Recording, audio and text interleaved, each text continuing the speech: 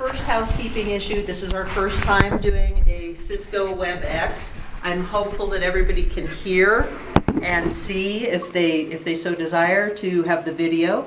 I would ask that everybody please make sure that you're on mute because we're all in our, different environments. We don't want to have a lot of additional background noise. So unless you're speaking, please keep yourself on mute.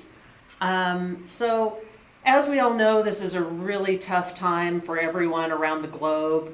Public safety, social distancing, those are crucial to our fight to stop the spread of COVID-19, and it's totally upended our world. So on March 25th, the governor issued Executive Order number D 2020-017, ordering Coloradans to stay at home due to the presence of COVID-19 in our state.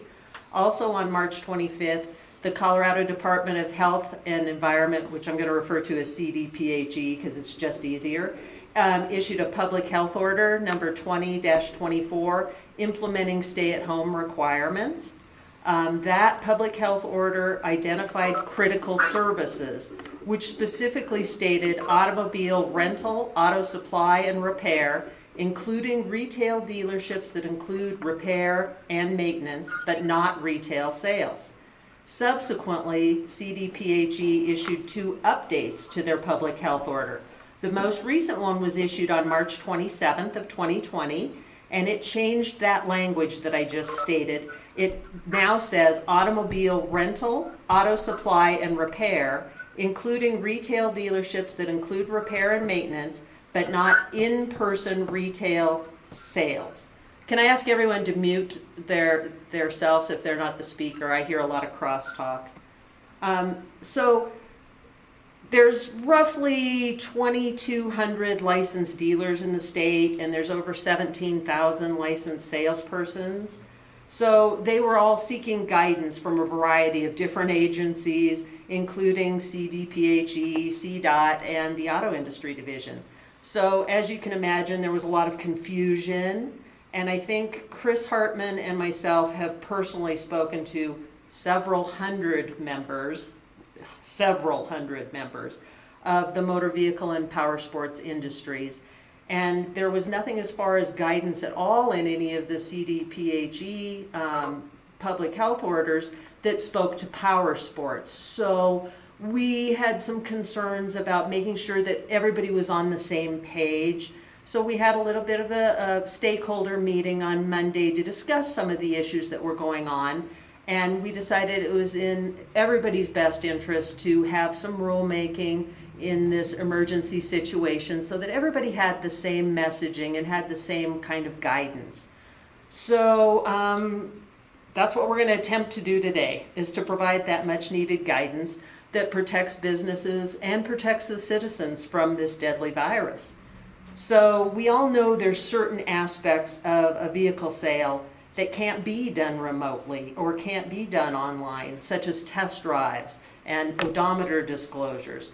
However, businesses are struggling, and we believe that these proposed regulations today will provide for some options for safe retail sales while we're practicing extreme social distancing, sanitizing vehicles, and trying to protect everybody's health and safety. So we worked closely with the associations and with other stakeholders to produce the emergency rules before you today for consideration. These emergency rules were written very broadly to provide for some flexibility while still adhering to the governor's executive order and to the public health order. So therefore, we had some challenges because there could be additional public health orders in the future. So we didn't want to write specific processes into the rule because those could be in conflict with future public health orders. And conversely, if we incorporate the public health order into the rule by reference, it could require additional emergency rulemaking processes in the future in the event that there's revisions to the public health order number 20-24. We opted, after much debate, to do as much incorporation as we could, and I'm going to turn it over to Assistant Attorney General Brad Jones so he can kind of explain what that means in the grand scheme of things. Mr. Jones? Well, maybe I won't turn it over to him. Can you hear me now? Ah, yes, we can hear you now. Thank you, Mr. Jones. Yeah. Sorry about that. Thank you for giving that overview. You're exactly correct. The matter was kind of referred over to our office. With the emergency rules under the Administrative Procedure Act, there is a way to carve out some of the process requirements under that statute. And that specifically concerns notice, going to stakeholder meetings and all of that. But one thing that is not exempted is the incorporation by reference requirement. That is something that I talked with multiple colleagues of mine, as well as my chain of command, to kind of go over that. One of the concerns is, regardless of whether it's a regular rule that goes through the normal notice process, or whether it's a it has to be engaged that's signed off by the Solicitor General. So the concern was that it needs compliance in every way, so that it goes through. So as a result of that, under the APA requirement, specifically 24.103, subsection 12.5, is that if there's a reference to any guidelines, directives, standards, or codes of another state agency, it must be incorporated by reference. And so you'll see on the very bottom of both the motor vehicle and the power sports vehicle that there's language incorporating Public Health Order 20-24 by reference, the effective version on March 27th. Now, what that means is that under the language of the APA, it specifically states that you must say that it does not include any subsequent versions. So to the extent there's any subsequent versions of that would affect the temporary rules that are in place, or there's a concern, whether it's by the stakeholders, the division, or the board members themselves, at that time we would have to reassess and hold another emergency board rulemaking hearing to incorporate any of those changes that might be sought. But at this time, the temporary order or the emergency rules would be in place for a period of 120 days based off of the language and the guidance that is listed out in the Public Health Order 20-24, effective date March 27th.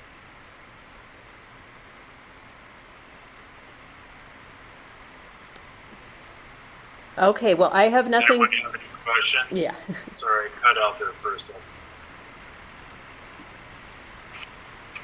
So, under the new order, it can only be out there or effective for 120 days as of the 27th. Is that what you just said?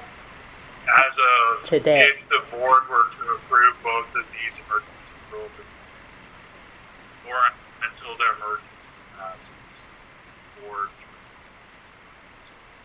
okay, so on that order I read where you could come into an office and things like that, is that correct? I didn't quite catch that, Ms. Bowie. Could you repeat that? I just read on that you can have them do paperwork and stuff for car sales in a specific office. Is that correct? Yes, that's how I read the proposed rules, and that's something that Mr. Rouse talked about. There are specific guidelines that are listed out in the Public Health Order 20-24, talking about cleaning requirements based on guidance, as well as local health department guidance. We're doing that now. We sanitize everything after they've touched it. We're by here, pay here. So, trying to do a deal somewhere else other than in our office would be. Plus, we're on Colfax. And again, Ms. Rouse may be able to talk more about it, but I think this put that questions earlier is that these rules are meant to be broad bills Okay. to allow dealers to work with them based on their circumstances and everything like that. Okay, and they're not requiring us to do, oops, hang on, let me get you back here. I don't know where you went. Uh-oh. Hang on, it's restarting me. We're not required to do electronic signatures and things like that, because there's a bunch of questions about the whole thing. I mean, now I don't know where you went. I'll have to come back to you guys. Okay, well, once again, I will reiterate, we wrote these very broadly so that people can still perform their business needs, but do it in a very safe environment with extreme social distancing. So that would conclude my announcements. And Mr. Jones, if that concludes your comments on the incorporation by reference, I think we should turn it over to the president to start the rulemaking. That sounds appropriate as well.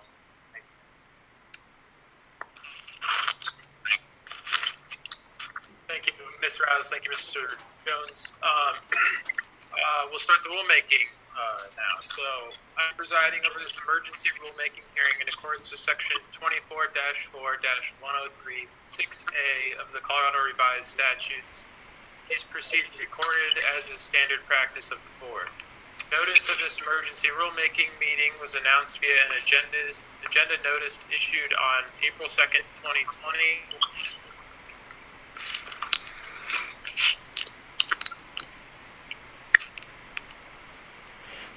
As noticed in the WebEx, at this time, I request that all participants identify themselves for the record, starting with the board members, followed by the representatives from the audit. Please provide your name and the organization that you're representing, if applicable. So let's start with the board members.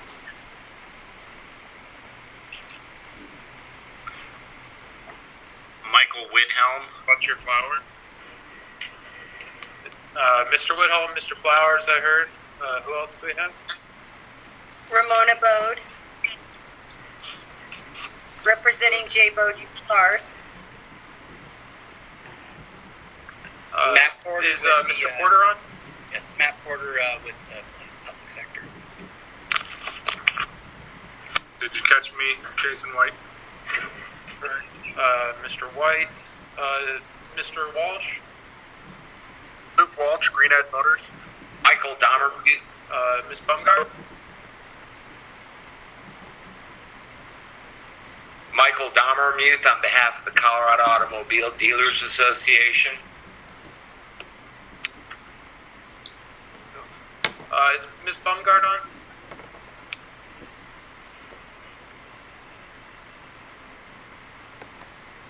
My screen shows that she is, so she might be muted.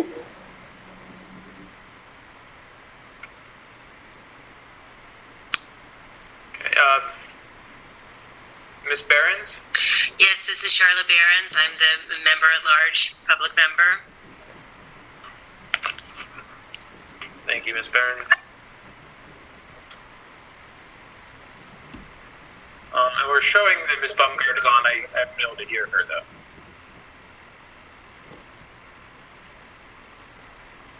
Okay, let's proceed to representatives from the Auto Industry Division. Present in the room with myself, there is Arlene Credell Tappinen and Chris Hartman, and we are social distancing, so you cannot see them in the screen.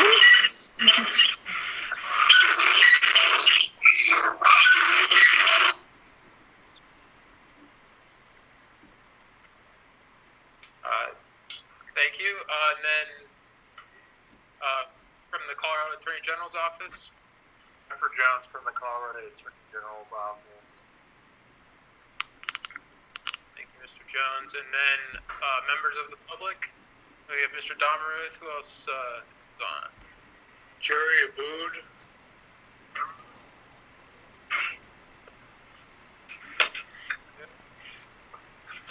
President Linton, this is Corey Amen from DOR. I just wanted to get on the record. Thank you. Thank you. Mr. Linton, Oliver from the Auto Industry Division.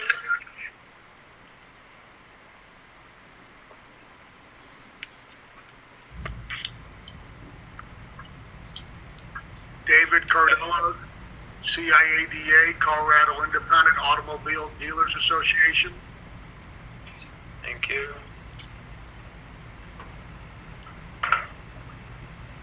This is Chris Lockmead from the Division of Motor Vehicle Services.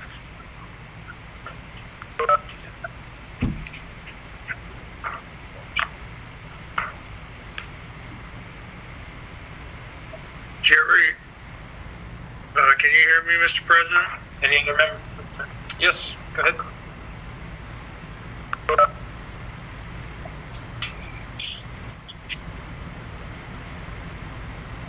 Try again.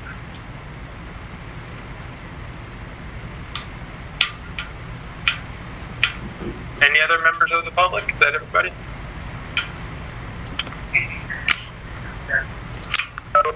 Mr. President, I have on my screen as the host for this WebEx 42 participants listed.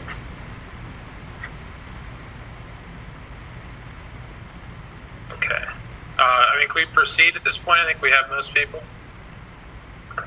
Yes, sir. Okay.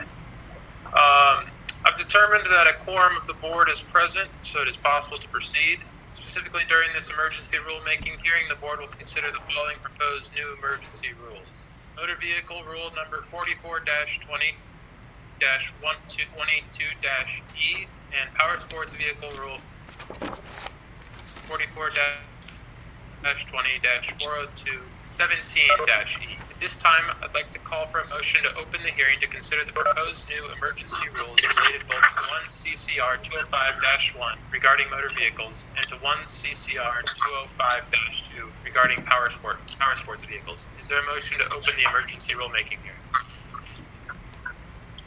I'll make a motion. First by Ms. Bode. Do we have a second? I'll second that. This is Luke. All right, second by Mr. Walsh. Perfect. All in favor, and I'll just call out everyone's name and you can say yes or no. So, Mr. Flower? Yes. Ms. Bumgard? We have her still. Ms. Behrens? Yes. Mr. Porter? Yes. Mr. White? Yes. Mr. Whithelm? Yes, Mr. Whithelm. Thank you. The motion passes unanimously. Due to the emergency nature of the proposed rules, this hearing will proceed in accordance with Section 24-4-1036A CRS and is not subject to the requirements under subsection 3 and 4 of that statutory provision. At this time, I will turn the hearing over to Chris Rouse, Acting Executive Secretary to the Board and the Interim Director of the Auto Industry Division, to provide an overview and background for the emergency rules. Mr. Rouse, I think you maybe already did that. Is there anything you wanted to add from what you said earlier? When I spoke earlier and I gave that overview during the announcements, we only had 29 participants. We now have 42. So I'm going to reiterate it just so that everybody has got that knowledge. I will also add that those of you that don't have your microphones muted, please make sure that they're muted except when you're speaking so we don't have the background noise. So, as I stated earlier in the announcements, on March 25th of 2020, Governor Polis issued Executive Order D 2020-017, ordering Coloradans to stay at home due to the presence of COVID-19 in our state. Also on March 25th, CDPHE issued a public health order number 20-24, implementing stay-at-home requirements. That original public health order identified critical services, which specifically stated automobile rental, auto supply, and repair, including retail dealerships that included repair and maintenance, but not retail sales. Subsequently, CDPHE issued 2 updates to the PHO. The most recent one was issued on March 27th, 2020, changing the language to automobile rental, auto supply, and repair, including retail dealerships that include repair and maintenance, but not in-person retail sales. So there's 2,200 licensed dealers in the state and over 17,000 salesperson licensees that were all seeking guidance. They were getting their guidance from a variety of different sources, including CDPHE, CDOT, and AID. So there was a lot of confusion. So we worked with the various associations and stakeholders to try and put together these emergency rules for the board's consideration today. We tried to make these proposed rules as broad as possible because we do realize that businesses are struggling and that we believe these regulations will provide for some options for retail sales while practicing extreme social distancing and sanitizing vehicles to protect everyone during this pandemic. So we put together all of these, and there were a couple of issues that arise when you're trying to do emergency rulemaking. There could be future public health orders in the future. So we didn't want to put too much specific information in there that could be in conflict with any future public health orders. So we were left with the option of incorporation by reference, which Mr. Jones explained to the board is sometimes a little tricky because if we're referring to the March 27th public health order and there's one that comes out later on, we'll probably have to do some more additional rulemaking, emergency rulemaking, if there's a dramatic shift in that. So we did the best that we could in the situation that we're in to put some flexible rules that still require extreme social distancing and are in the spirit of protecting all of the citizens of Colorado. So that's what we have before us today for the emergency rules. Those rules and the call-in information for this meeting were all posted to our website so that the public could see them and could join this and provide testimony should they desire to.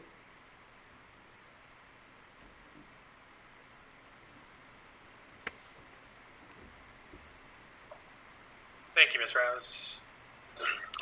Do the board members have any questions for Ms. Rouse before we proceed?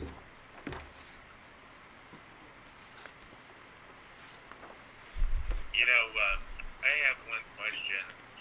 You know, it looks like we did a pretty good job of coming up with some things, but we didn't address test drives at all. I know that's one of the questions that I've had people call me on.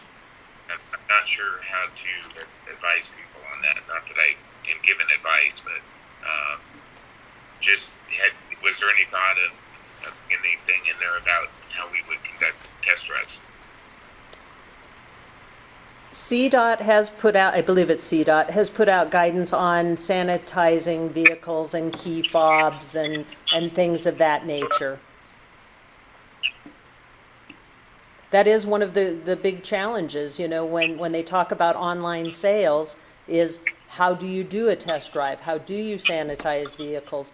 And we didn't incorporate that into these rules because that guidance was coming out of CDOT on how to sanitize the vehicles. So we put this as broad as we could, and you know, the vehicles do need to be sanitized. We didn't get into the weeds of what kind of sanitation happens. Yeah. Or where, I guess, whether it's at the dealership or at the customer's home.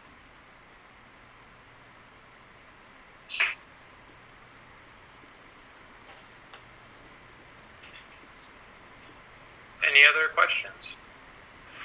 We are not doing electronic signatures either, are we? I mean, That is a DMV issue as far as e-odometers electric signatures on odometer disclosures is something that has not been put into place by DMV yet. So that still there's still a few items that require wet signatures, and that's where we tried to write these so broadly that people can still have people come into the dealership to execute that paperwork as long as they're sanitizing everything, as long as they're doing it in a secure area, you know, where they're wiping down everything.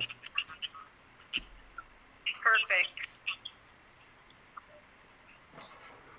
So, This is Charlotte Behrens. I have two questions. I'll just state them both now, just for convenience because of this web meeting. Number one, do we know how the other states are dealing with this problem in being able to execute sales of cars during the shutdown? And number two, have we given any consideration that consumers might need some extra protections for purchases that they may make during this sort of emotional and crisis time period?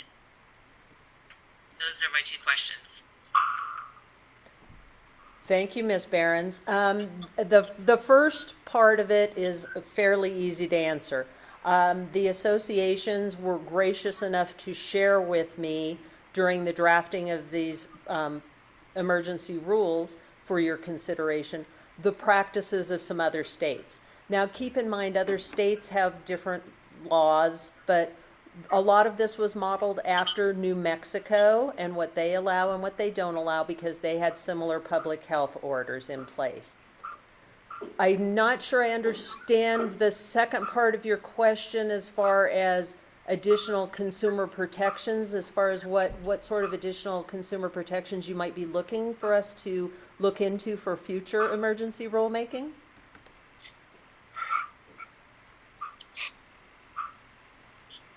This was really just a general thought in my mind that consumers may be, executing a purchase of a vehicle in an emotional state just because of the crisis, and that perhaps the current protections that they have could be extended just longer, or if people working in the industry actually feel like the protections already in place are adequate. And I wouldn't really have a response to that. Mr. Jones, do you have any suggestions or any comments in this area?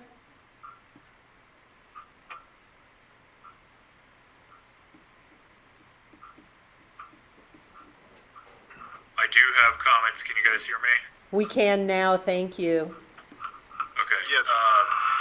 So I have headphones in, and I apologize, but it definitely helps with the sound feedback.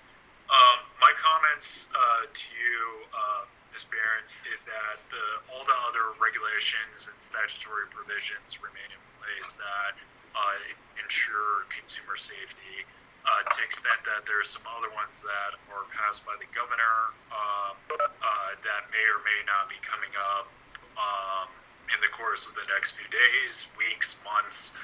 I don't know. We'll have to assess those as they come up. But all of the provisions that are kind of standard for this industry are still in place and accounted for. And this is to these rules, as I understand them, based on the work that the division staff did with the stakeholders, are to enable consumers and the industry to work together to ensure that people are able to purchase cars and get cars. But all the other requirements remain in place to ensure that consumers are protected. Does that answer your question? Yes, great. Thank you, Brad. Appreciate that.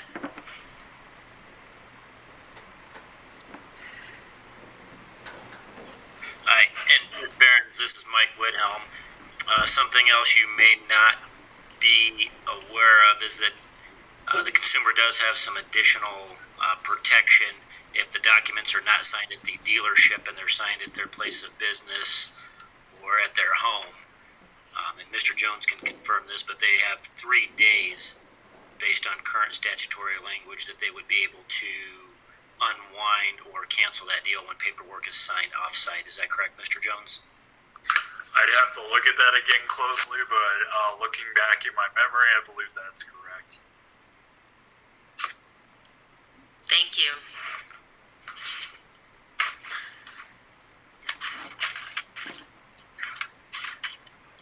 other questions from the board? It include motor as well as motor vehicle sales. Could you repeat that? I didn't quite catch that. Motorhome sales, RV sales. Is this included under the motor vehicle section? Motor vehicles are, motorhomes are by statute motor vehicles, and motorhomes and RV dealers are licensees.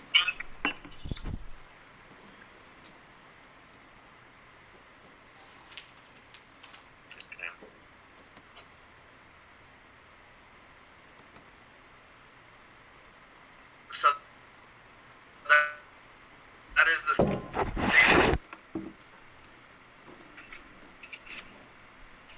Whoever just spoke, I did not hear it pixelated, and I didn't hear a word that you said. I just wanted to make sure that is included in the industry as well, correct? Can you repeat that one more time? Sorry, That's a motorcycle, motor vehicle. okay, first. I still didn't hear what the question was, but thank you, whoever answered it. Chris, it's Jason White. He asked if motorcycles were covered under vehicle. Yes, they're motor vehicles by definition, so this regulation would also cover them.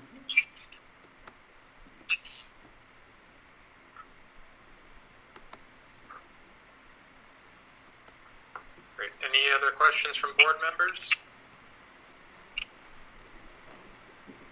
So I just want to walk through the process that's outlined. It's basically someone buys a car from us or from any dealer or motorcycle. They go into the dealership. The paperwork is already drawn up in a sterilized room. They sign, and that's it. Is that the proposal? There, we have written it very broadly so that if that is the way that the dealership does it, if they do it with extreme social distancing and with all the sanitation practices, then that could potentially work. We've also written it so that a bulk of the documents and a bulk of the back and forth negotiations can be done electronically. And then they maybe just have to come in to take delivery of the vehicle and sign the odometer disclosure statement. That's why they're purposefully broad, is so that you can, while using extreme social distancing and extreme safety measures, still be able to conduct transactions. Okay, but it's one person at a time. Is that right? That would be the best thing to do, would be to limit exposure to keep it to as few of people as humanly possible, you know, and clean everything in between. I know the associations have worked very hard on some best practices documentation, so the dealerships can also get some of the best practices from the associations. I know they have worked tirelessly on these. So it essentially opens us back up with guidelines for extreme social distancing. Dealership showrooms cannot be open. Okay, so it's only for delivery. Okay, I just want to clarify that. But you can do your paperwork in your dealership. They just have to make an appointment, correct? You can do things by appointment, yes.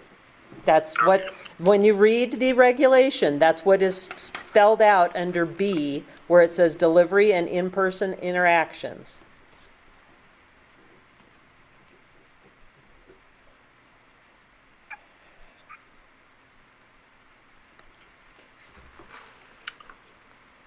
Any other questions from board members?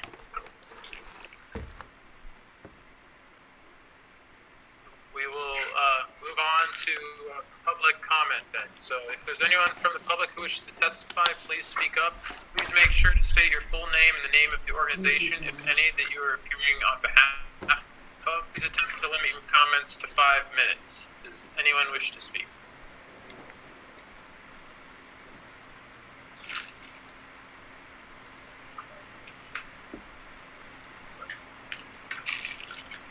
Okay.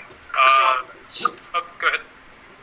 So I know the motorcycle industry being different than the car industry, would the same things for demo riding apply on a motorcycle, sanitize the motorcycle, and use your best practices there? Whoever posed that question, could you please give us your name for the record? And yes, it would be, because it is a motor vehicle, under the same let's practice safety, let's sanitize the vehicles. This is Harry Sherrill.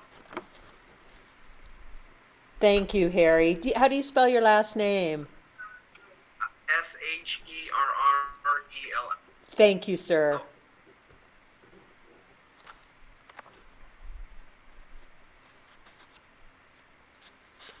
Thank you. Any other public comment?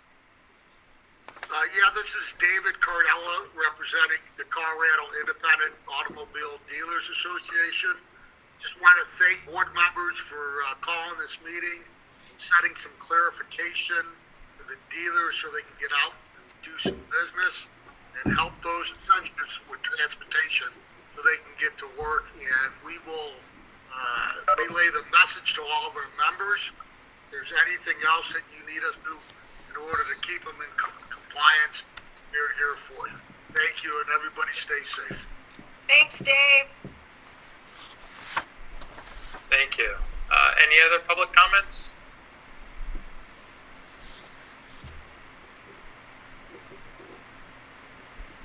Okay. At this time, I'd like to call for a motion to close the public comment phase of the hearing. Consider proposed new emergency rules related both to 1 CCR 205-1 regarding motor vehicles and to 1 CCR 205-2 regarding power sports vehicles. Is there a motion to close the public comment phase of the rulemaking hearing? Jason White, I make a motion. First by Mr. White. Second? Second. Second vote? Thank you. All in favor? Mr. Flower? Yes. Ms. Barron? Yes. Mr. Porter? Yes. Mr. Wall?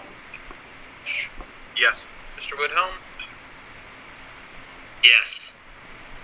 Motion passes unanimously. The public comment phase of the rulemaking hearing is now closed. No further comments from the public or the division will be allowed without explicit recognition by the chair of this hearing.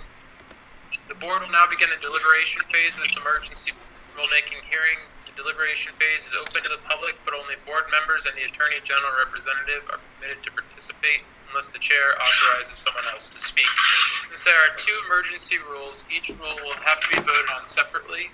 Additionally, due to the emergency nature of these rules, the board must also vote to approve the statement of justification of each emergency rule in accordance with section 24-4-1036A. Before I call for motions on these emergency rules, do any of the board members have any comments on the emergency rules before we begin?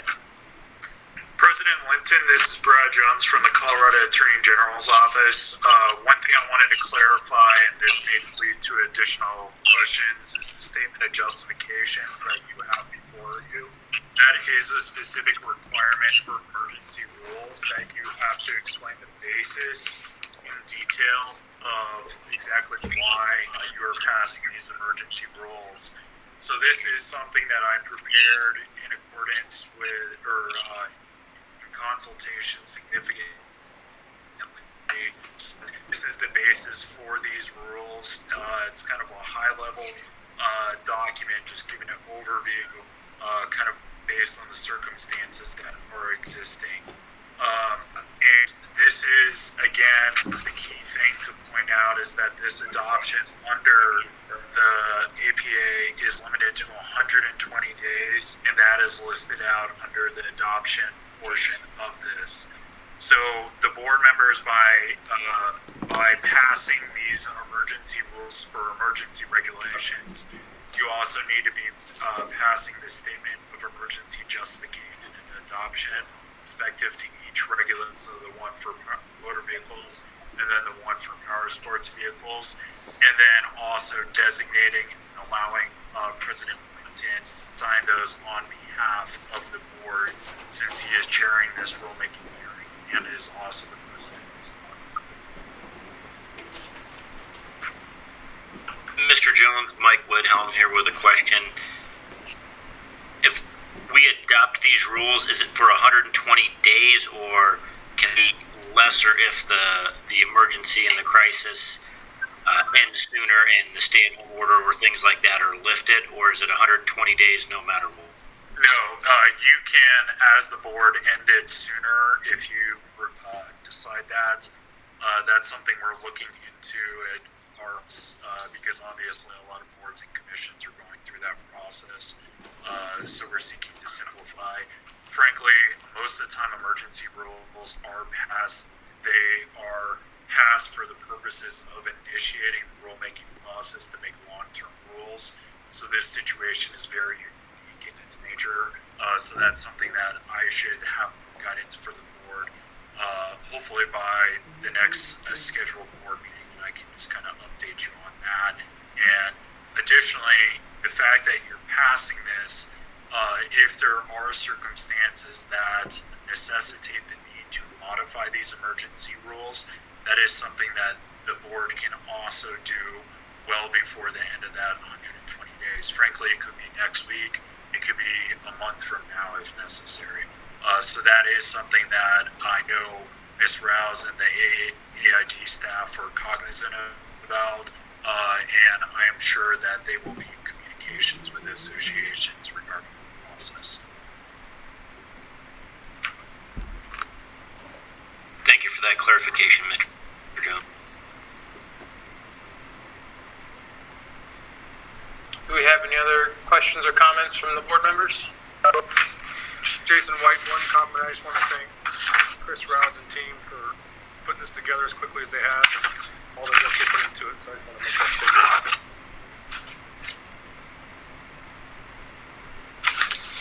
White? Any other comments or questions, or should we be ready to vote on this? Okay, hearing no other questions or comments, do I have a motion to adopt emergency regulation 44-20-102-22-E and authorize me as the president of the Motor Vehicle Dealer Board to sign the statement of emergency justification and adoption concerning emergency regulation 44-20-102-22-E? Mrs. I make a Bode, motion, Jason White. I'll second it. Bode. First by Mr. White, second Bode.